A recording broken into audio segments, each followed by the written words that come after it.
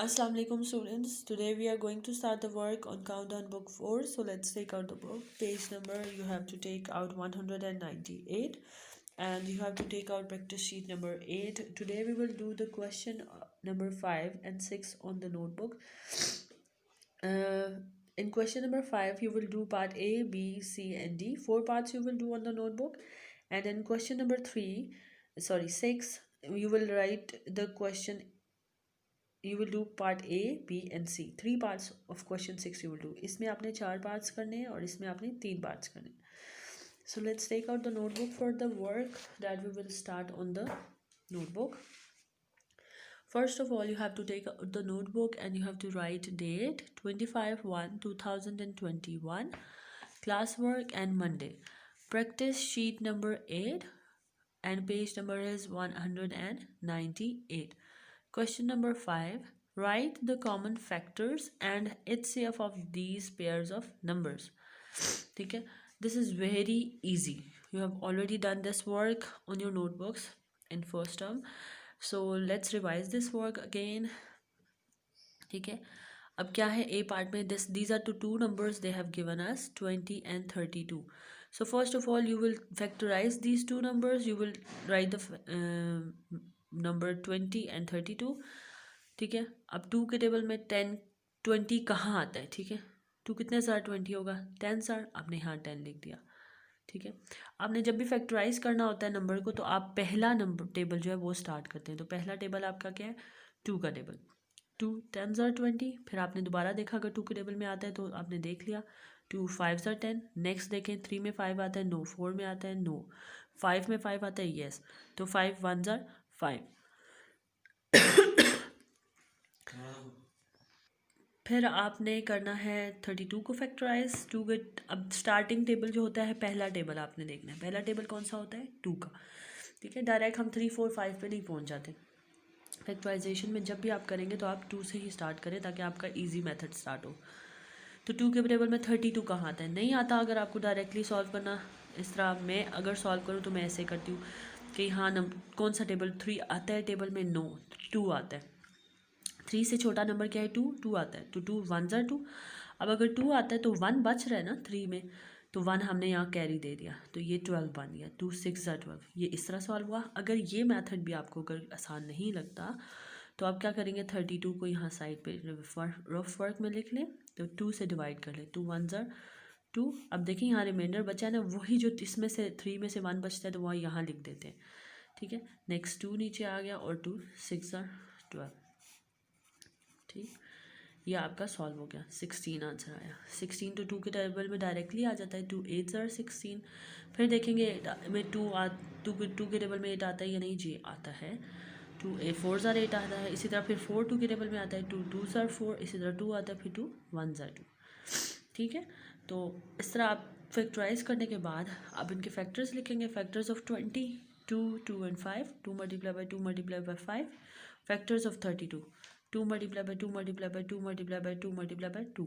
5 times 2 है. ठीक है, 5 टाइम्स आपने इस तरह से लिखना है 2 multiply by 2 multiply by 2 multiply by 2 multiply by 2. Right, अब इन्होंने बोला था इसमें कॉमन फैक्टर्स इनके निकालने और फिर इसका HCF. अब कॉमन फैक्टर्स क्या है ये 2 मतलब जो दोनों में नंबर्स आए. ठीक है, ऊपर वाले टर्म के भी फैक्टर्स हों और नीचे वाले टर्म के भी. तो ये 2 और ये 2 कॉमन होगा. हमने इन्हें सर्कल कर लिया. ये 2 और ये 2 कॉमन हो हमने इन्हें सर्कल कर लिया. अब 5 इसमें है नो. आगे और कोई नंबर नहीं है तो इनके ये फैक्टराइज मतलब कॉमन नहीं हो रहे. ठीक है, तो हमारे पास 2 कॉमन फैक्टर्स हैं. हमने लिख लिए इसके कॉमन फैक्टर्स. कॉमन फैक्टर्स क्या है 2 मल्टीप्लाई बाई 2. 2 फैक्टर्स आए. अब हमने ऐसे नहीं करना कि 2 2 2 2 ऐसे लिखने. जब 2 नंबर्स कॉमन किए गए हैं मतलब कि वो एक ही दफ़ा लिखे जाएंगे. ठीक है, कॉमन मीन्स कि वो दोनों सेम हैं तो एक दफ़ा लिखेंगे. 2 लिख लिया और ये दोनों सेम हो गए तो ये एक दफ़ा 2 लिख लिया. अब इसके लिए HCF फाइंड करना है कि क्या करें इन कॉमन नंबर्स को मल्टीप्लाई आपस में करेंगे तो आपका HCF निकल आएगा. 2 2 ज़ार 4. So this is the HCF of 20 and 32. Right, this is very easy.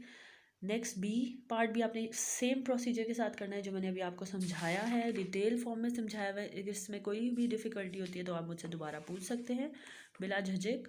ठीक है। अब 56 और 28 का अगेन आपने फैक्टराइज करना है, फिर उसके फैक्टर्स कॉमन लिखने हैं और फिर उसको फैक्टर्स लिखने के बाद कॉमन फैक्टर्स लिखने हैं और आपस में मल्टीप्लाई करना है। अगर होते हैं, अगर सिंगल फैक्टर है तो एक ही आएगा, फिर वो HCF आ जाता है। ठीक है, अगर 2 या 2 से ज़्यादा है तो आपस में मल्टीप्लाई हो जाते हैं। ठीक है, फिर 12 और 72 के आपने फैक्टराइज करना है और फैक्टर्स लिख के उनको फिर कॉमन फैक्टर्स निकाल के उनके HCF लिखना है। डी पार्ट में भी आपने इसी तरह फैक्टराइज करना है 18 और 84 और 24 को और उसके फैक्टर्स लिखने हैं, फिर कॉमन फैक्टर्स निकालने और फिर HCF करना है। Understand? Now next question number 6 is the same question, बस इसमें 2 नंबर्स के फैक्टर्स पहले आप 5 वाले क्वेश्चन में फाइंड कर रहे थे, अब आप 3 फैक्टर्स करेंगे 8, 20 एंड 32। क्या क्वेश्चन है? Find the common factors, again factorise करेंगे फिर उनके कॉमन फैक्टर्स निकालेंगे। ठीक है, एंड HCF ऑफ दीज, और उनका HCF वही प्रोसीजर है। 8 के फैक्टर्स निकाले, 2 4s are 8, 2 2s are 4, 2 1s are 2। ठीक, फिर 20 के फैक्टर्स निकाले, 2 10s are 20, 2 5s are 10, 5 1s are 5।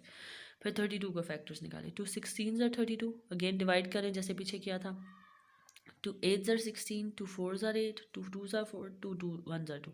अब यहाँ दोबारा 32 को मैंने डिवाइड इसलिए नहीं किया क्योंकि ऑलरेडी आप यहाँ पे ये डिवीजन कर चुके हैं। ठीक है, इसमें कोई मुश्किल तो नहीं है। ठीक, यही डिवीजन है, 16 ही आएगा आपका। फिर आपने ये डिवाइड किया, 2 16s are 32, 2 8s are 16, 2 4s are 8, 2 2s are 4 और 2 1s are 2। ठीक है, अब तीनों के फैक्टर्स जब निकला है, factors of 8 are 2 2 and 2, 2 multiply by 2 multiply by 2। Factors of 20 2 2 and 5, 2 multiply by 2 multiply by 5। और फैक्टर्स ऑफ 32 2 2 2 2 2 5 टाइम्स 2 2 2 2 2। ठीक है, 5 टाइम्स 1 2 3 4 5, मल्टीप्लाई का साइन दरमियान में लगाना। तो let's find the common factors, जो सेम नंबर्स तीनों में आ रहे हों। ये 2 सेम है, ये 2 सेम है, इसमें 2 और इसमें 2 नहीं है, तो ये सेम नहीं है, आगे कोई नंबर सेम नहीं आ रहा। ठीक है, अगर यहाँ पे भी 2 होता है एक और, तो वो फिर 3 2 और हो सकते थे, लेकिन नहीं है, इसलिए 2 ही 2 कॉमन आ रहे। अब ये 3 दफ़ा 2 है, इसका मतलब ये नहीं कि 3 दफ़ा लिख देंगे, ये 2 एक ही दफ़ा काउंट होगा। ठीक है, कॉमन मीन्स कि वो एक ही दफ़ा काउंट होगा। कॉमन फैक्टर्स में एक दफ़ा ये 2 आ गया और एक दफ़ा ये 2 कॉमन आ गया। ठीक है, फिर इनको मल्टीप्लाई किया तो 2 2s are 4, तो आपका HCF क्या आया? 4। फिर इसी तरह आपने पार्ट नंबर B सॉल्व करना है, फैक्टराइज करना है 28 21 35, फिर उनके फैक्टर्स लिख के उनको कॉमन फैक्टर्स निकाल के और मल्टीप्लाई करके HCF। C पार्ट में भी 15 18 और 24 को फैक्टराइज करना है, फिर फैक्टर्स लिखने हैं 15 के, फिर फैक्टर्स लिखने हैं 18 के और फिर 24 के, फिर कॉमन फैक्टर्स निकाल के आपने क्या करना है, उनको मल्टीप्लाई करना है और आपका आंसर आ जाएगा। I hope you understand question number 5 and 6 properly. ठीक है, अगर फिर भी आपको कोई इसमें कन्फ्यूजन है या कुछ नहीं समझ आया तो आप मुझसे पूछ सकते हैं बिला झिझक। इंशाल्लाह we will start the next question number 7 in our next video. Till then, अल्लाह हाफिज़।